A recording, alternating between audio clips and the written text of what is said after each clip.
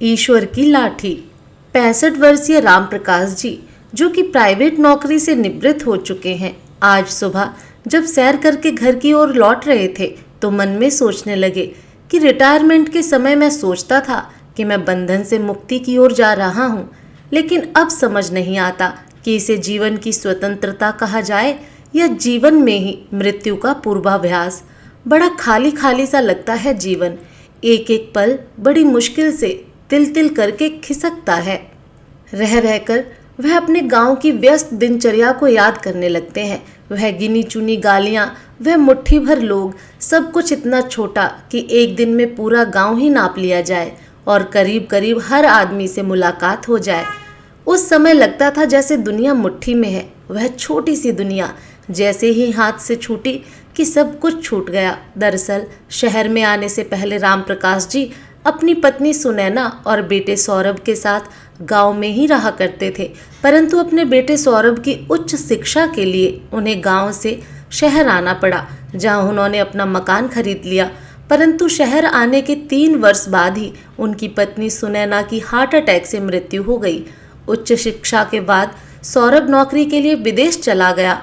वहाँ यूनिवर्सिटी में भी उसका एकेडमिक करियर उज्जवल रहा, जिस कारण उसे वहीं नौकरी भी मिल गई और वहाँ भारतीय मूल की ही एक लड़की सुप्रिया से शादी रचा ली और वहीं का होकर रह गया। शुरू शुरू में तो सौरभ उन्हें कभी कभी फ़ोन कर लिया करता था, लेकिन अब तो कई कई महीने बीत जाते थे। राम प्रकाश जी की अपने बेटे से बात हुई भी। इस बड़े से शहर में राम प्रकाश जी एकदम अकेले हो चुके थे। आज जब सैर करके राम प्रकाश जी घर को लौटे तो अचानक फ़ोन की घंटी बज उठी। उन्होंने रिसीवर उठाया तो दूसरी ओर से आवाज़ आई, हेलो बाबूजी, मैं सौरभ बोल रहा हूँ। हाँ बेटा बोलो, कैसे हो? बच्चे कैसे हैं? बहू कैसी है? एक ही सांस में राम प्रकाश जी ने कई प्रश्न कर डाले। बाबूजी हम सब ठीक हैं, आपकी तबीयत कैसी है? ठीक है बेटा, अब तबीयत का क्या है, इस उम्र में कुछ न कुछ तो लगा ही रहता है, परंतु शरीर चल रहा है, इसलिए भगवान का हर पल शुक्रिया अदा करता हूँ। क्या बात है बेटा, आज बहुत दिनों बाद मेरी याद आई? क्या बताऊँ बाबूजी, जिंदगी इतनी व्यस्त हो गई है कि कुछ करने के लिए समय ही नहीं मिल पाता। बहुत दिनों से रोज सोच रहा था कि आपको फ़ोन करूं, परंतु किसी न किसी काम में व्यस्त हो जाता था। यह बात तो तुमने सच कही बेटा। जैसे जैसे पद बढ़ता जाता है, जिम्मेदारियां और भी ज़्यादा बढ़ती जाती हैं। बाबूजी, मैं आपसे एक बात कहना चाहता हूँ, कहीं आप बुरा तो नहीं मानेंगे? कहो ना बेटा, बुरा मानने वाली क्या बात है? बाबूजी, मैं सोच रहा था कि आप वहाँ भारत में बिल्कुल अकेले हैं। अब आपकी तबीयत भी ठीक नहीं रहती और हम लोगों का तो आपको पता ही है कि हमारा कभी कभार ही भारत आना हो पाता है। इसलिए यदि आपको ठीक लगे तो आप हमारे साथ ऑस्ट्रेलिया चले आइए।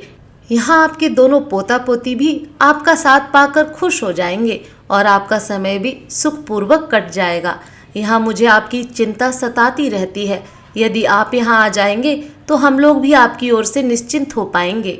अपने बेटे का प्रस्ताव सुनकर राम प्रकाश जी को बहुत अच्छा लगा। वे सोचने लगे कि 5 वर्ष बीत गए, अपनी नौकरी से रिटायर हुए, कहीं ऐसा ना हो कि किसी दिन अचानक मेरी आंख बंद हो जाए और मेरा बेटा मेरी अर्थी को कंधा देने भी ना पहुंच पाए।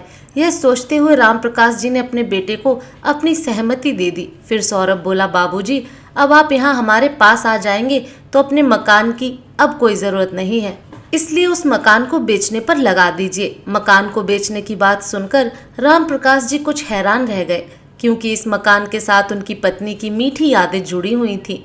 इस मकान की एक एक चीज को उसने अपने हाथों से सजाया था। परंतु बेटे की बात भी सही है कि अब इस मकान में वापस कौन आएगा। यह सोचकर उन्होंने मकान बेचने के लिए हाँ कर दी और अगले दिन ही न्यूज़पेपर में मकान बेचने के लिए विज्ञापन दे दिया। कुछ ही दिनों में मकान का सौदा हो गया। करीब 1 महीने बाद सौरभ भारत आ गया और मकान के पैसों का लेन देन कर लिया। राम प्रकाश जी ने बैंक में जो भी एफडी बनवा कर रखी हुई थी, सौरभ ने उसका भी ड्राफ्ट बनवा कर कैश करा लिया। सारी संपत्ति बेचने के बाद अब वे लोग ऑस्ट्रेलिया जाने के लिए बिल्कुल तैयार थे। निश्चित समय पर वे लोग एयरपोर्ट पर पहुंच गए। सौरभ ने कहा, बाबूजी, आप यही सोफे पर बैठिए, सारी फॉर्मेलिटी पूरी करने के लिए समय चाहिए। मैं चेक इन करने के बाद आता हूँ, फिर आपको लेकर चलूँगा। राम प्रकाश जी वहीं सोफे पर बैठ गए और उनका मन अपने अतीत में खो गया। एकाएक उनकी जिंदगी के पन्ने खुलने लगे। जिस मकान को उनकी पत्नी ने इतने शौक से बनवाया था, उसे बेचते समय उनका मन भारी हो रहा था। शहर में आने से पहले राम प्रकाश जी ने अपनी पत्नी सुनैना को कहा था कि घर किराए पर ले लेते हैं और आराम से रहेंगे, परंतु सुनैना तैयार नहीं थी और कहने लगी कि तो हम किराए केवल वर्तमान ही आराम से बिता पाएंगे, परंतु भविष्य की चिंता सताती रहेगी। चाहे जैसे भी हो, एक छोटा सा मकान या फ्लैट लोन लेकर खरीद लो, कम से कम वृद्धावस्था में कहीं भटकना तो नहीं पड़ेगा। कितने शौक से मैंने यह मकान बनवाया था। सुनैना भी तो कुछ दिन ही इस मकान में रह पाई। अचानक एक रात को उसकी तबीयत इतनी ज़्यादा खराब हुई कि सांस आनी ही मुश्किल हो गई। इलाज के लिए उसे अस्पताल में दाखिल करवाया, परंतु डॉक्टर की लाख कोशिशों के बावजूद भी उसे बचाया नहीं जा सका और इस दुनिया में मुझे अकेला छोड़कर भगवान को प्यारी हो गई। सुनैना की मृत्यु के बाद सौरभ कुछ दिनों के लिए ही भारत आया और कुछ ही दिनों बाद वापस भी चला गया, परंतु उनके जाने के बाद राम प्रकाश जी बेहद अकेले हो गए थे। कहीं पर भी उनका मन नहीं लगता था। इतने बड़े घर में अकेले रहना तो उन्हें ऐसा लगता था कि मानो घर काटने को दौड़ रहा हो। राम प्रकाश जी, जिन्होंने कभी घर का काम किया ही नहीं था, अब खुद ही खाना पकाने लगे थे और घर की साफ सफाई करने के लिए एक काम वाली बाई को रख लिया था। अचानक राम प्रकाश जी का ध्यान भंग हुआ। उन्हें लगा कि काफी देर हो चुकी है। सौरभ अभी तक चेक इन करके आया नहीं। घड़ी पर नजर डाली तो लगभग 2 घंटे का समय निकल गया था। राम प्रकाश जी ने ऑस्ट्रेलिया जाने वाली फ्लाइट के काउंटर पर जाकर पूछा, मैडम, मेरा नाम राम प्रकाश वर्मा है, मेरे बेटे का नाम सौरभ वर्मा है, हमें ऑस्ट्रेलिया जाने वाली फ्लाइट पकड़नी है। मेरा बेटा चेक इन करने के लिए आया था, पर वो मुझे कहीं नजर नहीं आ रहा।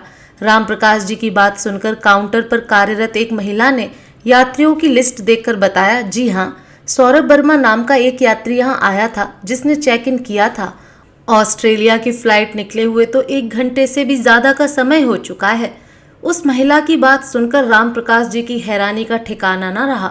वे बोले, परंतु मैडम, उस फ्लाइट से तो मुझे भी ऑस्ट्रेलिया जाना था, मुझे लिए बिना फ्लाइट कैसे चली गई? ऐसा तो संभव ही नहीं हो सकता।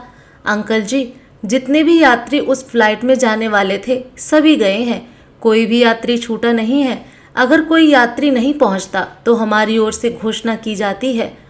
महिला ने कहा तो राम प्रकाश जी रुआसी आवाज में बोले, तो क्या मुझे लिए बिना ही मेरा बेटा ऑस्ट्रेलिया चला गया? इसका मतलब तो यह हुआ कि उसने मेरा टिकट लिया ही नहीं था। ये कैसी जालसाजी है? राम प्रकाश जी के पैरों तले मानो जमीन ही खिसक गई। वे अपना सर पकड़कर जमीन पर धम्म से बैठ गए। सोचने लगे, क्या मेरा बेटा इतना कठोर हो सकता है, जिसे पढ़ाने लिखाने में हमने अपने जीवन के सुनहरे दिनों को भी पसीनों में भिगो दिया था, अपनी खुशियों का उसका जीवन संवारने पर ही न्योछावर कर दिया था।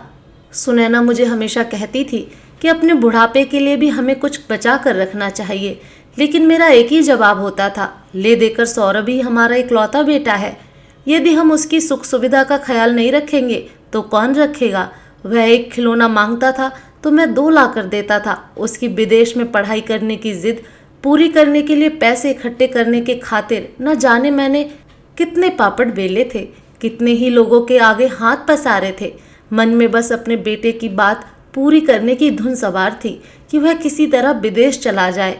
इस बात को लेकर अपने बड़े भाई मनोज से भी मेरी लड़ाई हो गई, क्योंकि उसने मुझे कोई भी सहायता देने से मना कर दिया था। वह कहता था, जब सामर्थ्य नहीं है तो विदेश क्यों भेज रहे हो? क्या अपने देश में पढ़ाई नहीं होती? क्या यहाँ पढ़कर बच्चे नौकरी नहीं करते? जितनी चादर हो उतने ही पैर पसारने चाहिए। अपने भाई के इस आचरण से मुझे कितनी तकलीफ हुई थी। उसी दिन मैंने मन में ठान लिया था कि अब मदद के लिए अपने भाई के दरवाजे पर कदम नहीं रखूंगा। तभी से हम दोनों भाइयों के बीच भी कटुता आ गई थी, परंतु यदि देखा जाए तो उन्होंने कुछ भी गलत नहीं कहा था। जिस बेटे के कारण मैंने अपने भाई से भी संबंध तोड़ लिया था, आज वही बेटा मुझे ऐसे समय में बेसहारा छोड़कर धोखा देकर चला गया, जिस समय में मुझे उसके सहारे की सबसे ज़्यादा ज़रूरत थी। सिक्योरिटी कर्मचारी की आवाज़ सुनकर राम प्रकाश जी का ध्यान टूटा। वह कर्मचारी उनसे पूछने लगा, सर आपको कहाँ जाना है? मैं देख रहा हूँ आप काफ़ी समय से यहीं बैठे हुए हैं। बेटा, मैं कहाँ जाऊँगा? मेरा तो कोई ठिकाना ही नहीं रह गया। मुझे तो अपने बेटे के साथ ऑस्ट्रेलिया जाना था, लेकिन वह तो मुझे छोड़कर चला गया। अब मेरी किस्मत मुझे कहाँ ले जाएगी मैं खुद नहीं जानता। इतना कहकर राम प्रकाश जी पास रखे बेंच का सहारा लेकर खड़े हुए। उन्हें कुछ भी सूझ नहीं रहा था। दुखी दिल से वे एयरपोर्ट से बाहर निकल आए और सोचने लगे, हे भगवान, ऐसी मुसीबत की घड़ी में मैं कहाँ जाऊँगा, मुझे कौन सहारा देगा। अब तो मेरा घर भी मेरे पास नहीं रहा। क्या मैं अपने बड़े भाई के पास जाऊं? क्या वह मेरी मदद करेंगे? क्या उन्होंने मुझे माफ़ कर दिया होगा? लेकिन अब कोई और चारा भी नहीं है। उनके सामने रोऊंगा, गिड़गिड़ाऊंगा, अपनी मजबूरी बताऊंगा तो शायद उनका मन पिघल जाए। एक बार चलकर देखता हूँ, यह सोचते हुए वह बस पकड़ने के लिए आगे बढ़ गए। करीब 2 घंटे के बाद वह अपने भाई मनोज के घर पहुँच गए। डोरबेल बजाई तो उनकी नौकरानी ने दरवाज़ा खोला और पूछा, किससे मिलना है? मनोज भैया हैं घर में? जी हाँ, बाबूजी तो हैं, पर आप कौन हैं? उनसे कहो कि उनका भाई आया है। उसी समय मनोज जी बाहर आए और अपने छोटे भाई को ऐसी हालत में देखकर हैरान रह गए। राम प्रकाश जी का सब्र का बांध टूट गया और वे फूट फूट कर रोने लगे। मनोज जी उन्हें अंदर लेकर आए और अपने भाई से उनकी इस हालत का कारण पूछा, परंतु राम प्रकाश जी कुछ बोलने की हालत में नहीं थे। उनका मन कर रहा था कि अपने भाई के कंधे पर सिर रखकर जी भर कर रोएं। उनकी आंखों से अविरल अश्रुधारा बहती जा रही थी। मनोज जी ने तुरंत नौकरानी से पानी लाने को कहा। राम प्रकाश, आखिर बात क्या है? तुम इस तरह जार जार क्यों रोए जा रहे हो? और ये क्या हालत बना रखी है तुमने अपनी? लो, पहले थोड़ा सा पानी पी लो और शांत हो जाओ। अब तुम अपने घर में हो, अपने भाई के पास। राम प्रकाश जी ने एक गहरी सांस लेते हुए थोड़ा पानी पिया और संयत स्वर में बोले, भैया, मैं क्या बताऊं आपको, इस उम्र में आकर मेरे बेटे ने ही मुझे छल लिया। मैंने कभी सपने में भी ऐसा नहीं सोचा था कि ऐसा दिन भी मुझे देखना पड़ेगा जहां चारों तरफ केवल अंधेरा ही अंधेरा है। मैं कुछ समझा नहीं, तुम पहेलियां मत बुझाओ। तुम्हारी ये हालत देखकर मेरे मन में न जाने कितने प्रश्न एक साथ उठ रहे हैं। मनोज जी ने पूछा तो राम प्रकाश जी ने सारी घटना उनके सामने बयां कर दी।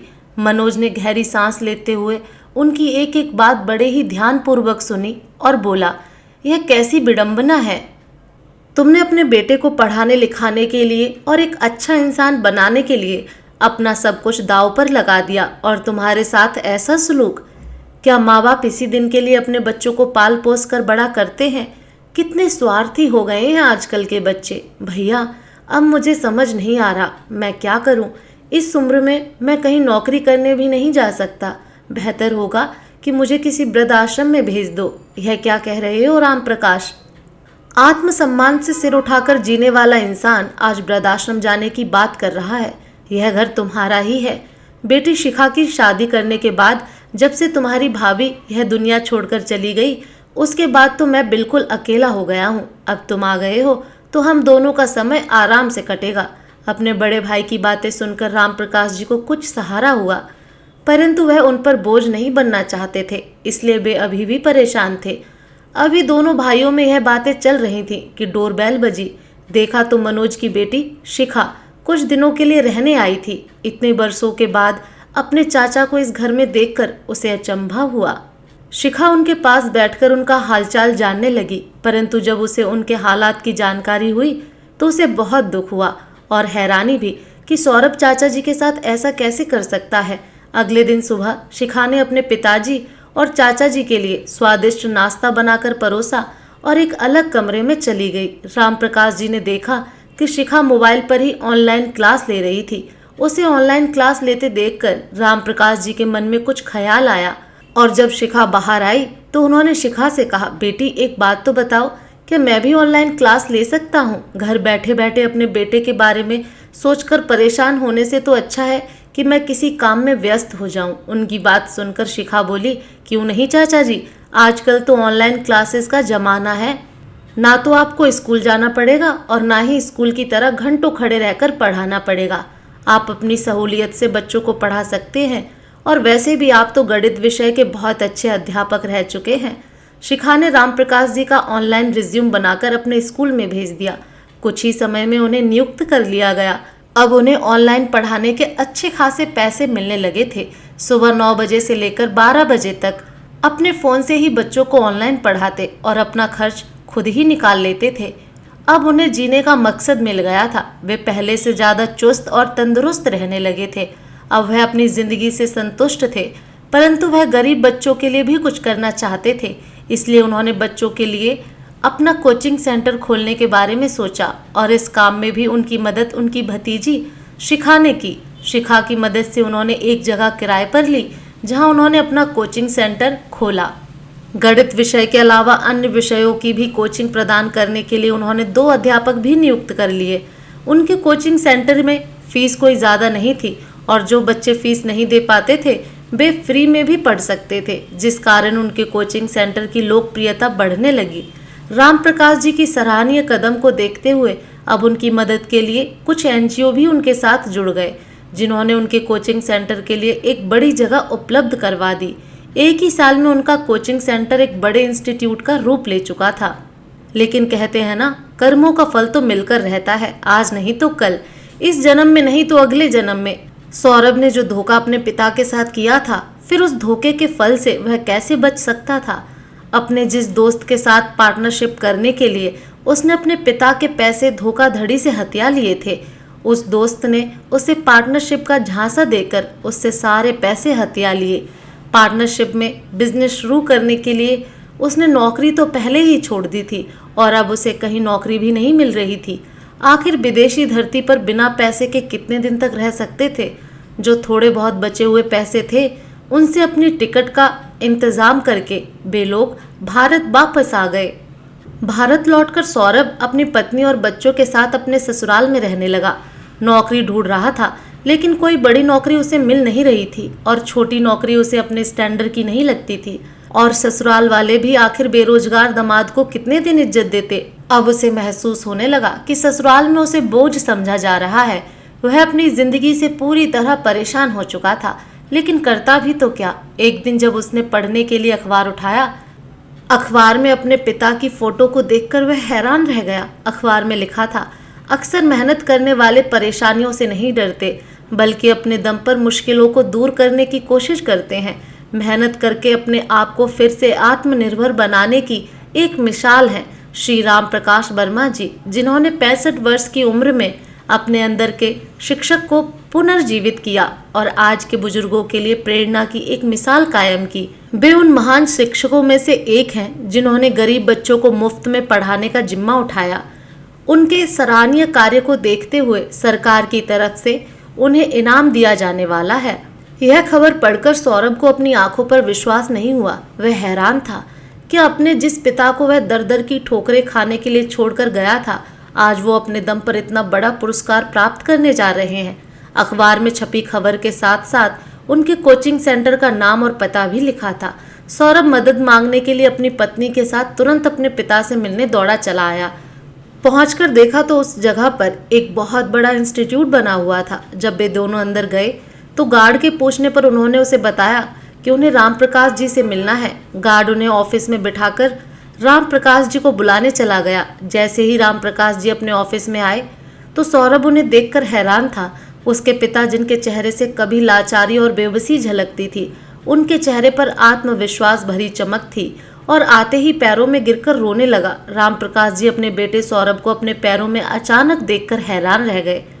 तभी सौरभ बोला, पिताजी मुझे माफ़ कर दीजिए, मुझसे बहुत बड़ी गलती हो गई। मैंने धोखे से आपका घर बेचकर आपको अकेला छोड़कर चला गया, लेकिन उसकी सज़ा मुझे ईश्वर ने दे दी है। मेरे साथ भी बहुत बड़ा धोखा हो गया है, अब मुझे आपका ही सहारा है। राम प्रकाश जी अपने बेटे की बात सुनकर बोले, बेटा तुम शायद भूल गए थे कि ईश्वर की लाठी में आवाज़ नहीं होती, लेकिन जब पड़ती है तो इंसान कहीं का नहीं रहता। और जहाँ तक बात रही मेरे माफ़ करने की, तो जो तुम लोगों ने मेरे साथ किया है उसके लिए मैं तुम्हें कभी माफ़ नहीं कर सकता। तुमने एक बूढ़े पिता के विश्वास को तोड़ा है। यहाँ अकेले मरने के लिए छोड़कर जाने से पहले तुमने मेरे बारे में एक बार भी नहीं सोचा। अरे कम से कम इतना तो सोच लेते कि तुम्हारा बूढ़ा पिता कहाँ रहेगा, क्या खाएगा।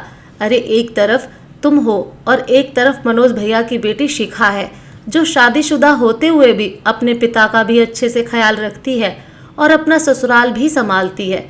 तभी उनकी बहू बनावटी आंसू निकालते हुए बोली, पिताजी अब जो हो गया सो हो गया, उसे तो नहीं बदला जा सकता, लेकिन आप नहीं जानते हम कितनी मुसीबत से गुजर रहे हैं।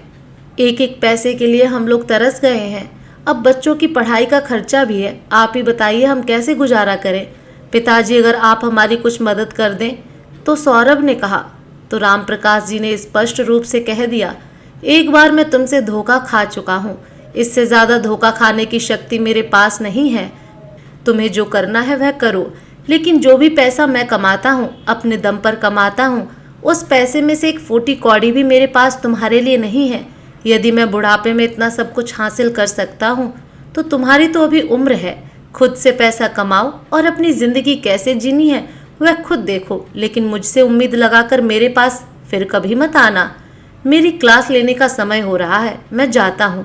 दोनों बेटा बहू अपने पिता की ओर हैरानी से देखने लगे।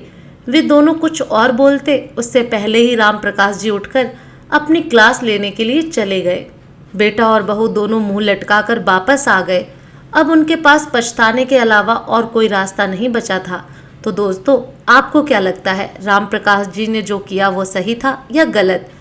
फिर मिलूंगी एक नई कहानी के साथ।